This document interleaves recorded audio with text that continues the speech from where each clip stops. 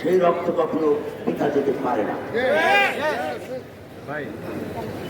আজকে আমি একটা পোস্ট দিয়েছি, লিখেছি 17 বছর চিৎকার করেছি, আজকে আমরা তোতলা হয়ে গিয়েছি। আজকে আমরা সত্য কথা বলতে পারি না, সেই জন্য অনেক কষ্টে আছি। আমি জাতীয়তাবাদী আইনজীবী ফোরামের যুগ্ম মহাসচিব হিসাবে ইচ্ছা করলেও অনেক কথাই বলতে পারি না, কিন্তু এখানে যারা দাঁড়িয়েছেন, আজকে যারা লাগাতার আন্দোলন করছেন, আমার হৃদয়ে রক্তক্ষরণ হয় যখন দেখি আমার এখানে যারা এই 17 বছর সেই 111 থেকে যারা 5ই আগস্ট পর্যন্ত রাজপথে মিছিলে মিছিলে প্রকম্পিত করে স্বৈরাচারী ফ্যাসিস্ট হাসিনাকে সরানোর জন্য একটি দিনও যারা আন্দোলন থেকে ঘরে ফিরে যায়নি, সেই সব বন্ধুরা আমার এখানে দাঁড়িয়ে আছে। ঠিক অ্যাট দ্য সেম টাইম আমার সাথে আরো যারা জাতীয়তাবাদী আইনজীবী ফোরামের নেতৃবৃন্দ রয়েছেন, পর্যায়ক্রমে তারা আসবেন।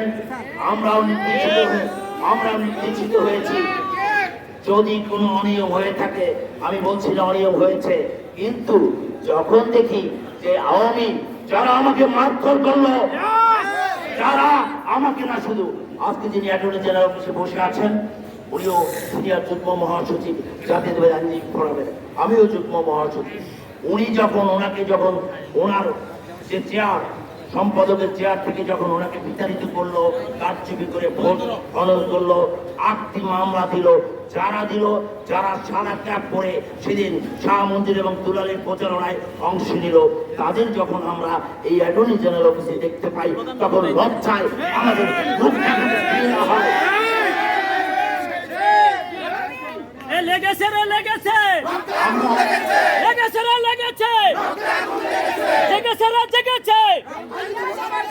আইনজীবী সমাজ জেগেছে, দিয়েছি তো রক্তের বন্যায়।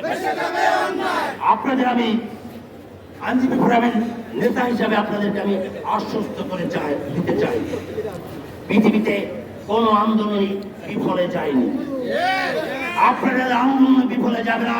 ইতিমধ্যে সরকারের উচ্চ পদস্থ থেকে প্রধানমন্ত্রী থেকে আমাদের এখানে যারা নেতৃবৃন্দ রয়েছেন, তাদের সবার কানে পানি অলরেডি চলে গেছে।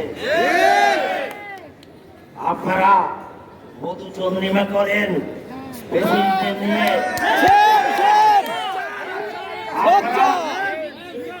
আপনারা অনিয়ম হয়েছে, আমার নেতৃবৃন্দ অসন্তোষ প্রকাশ করেছে, আপনাদের উচিত ছিল তাদের প্রতি সহমর্মিতা জানানো, তাদের আশ্বস্ত করা যে যদি কোনো অনিয়ম হয়ে থাকে সেটি আপনারা দেখবেন, কিন্তু সেটা না করে কি করলেন? প্রথম দিন আপনি এখানে মহড়া দিলেন। যখন মহড়াই দিলেন, আমরাও দেখবো এখানে যদি ফ্যাসিস্টরা মিছিল করে, আপনাদের এই অ্যাটর্নি জেনারেল অফিস থেকে কারা কারা এসে এটা ফিরায়, তাও কিন্তু আমাদের এই নেতৃত্ব। আপনাদের উদ্দেশ্যে বলতে চাই, আজকে যারা এখানে নেতৃবৃন্দ রয়েছেন, আপনাদের উদ্দেশ্যে বলতে চাই, যদি এরকম চলতে থাকে তাহলে আমরা আপনাদেরকে বলবো, আপনারা রাজনীতি না করে পেশায় মনোযোগী হন, আপনারা কারো অনুসারী হন, আপনারা দল করার দরকার হবে না। যখন চেম্বার ভিত্তিক নিয়োগ হয়,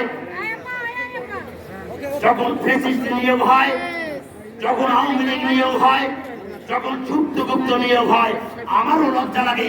আপনাদের যারা সহকর্মী এখানে রয়েছেন, আমরা যারা একত্রে আন্দোলন সংগ্রাম করলাম, তাদের মধ্যে যারা দিয়ে হয়েছেন, আপনাদের লজ্জা লাগে না এই প্রেসিডেন্টের সাথে বসতে? কিন্তু আপনারা কি করলেন? আপনারা একজনে পোস্ট দিচ্ছেন, পুরো নিয়োগ পেয়েছি আলহামদুলিল্লাহ, কেউ বলছেন নিয়োগ পেয়েছি আলহামদুলিল্লাহ। আরে আপনি যখন নিয়োগ পাচ্ছিলেন না, তখন তো দাঁড়িয়ে ঘুরেছেন, তখন আপনাদের কষ্ট হয়েছে। আজকে যারা এই নিয়োগটা পায়নি, তাদেরও কষ্টের সাথে যদি আপনারা সহানুভূতি জানাতেন, তাহলে বুঝতাম আপনাদের মধ্যে মানবতা রয়েছে।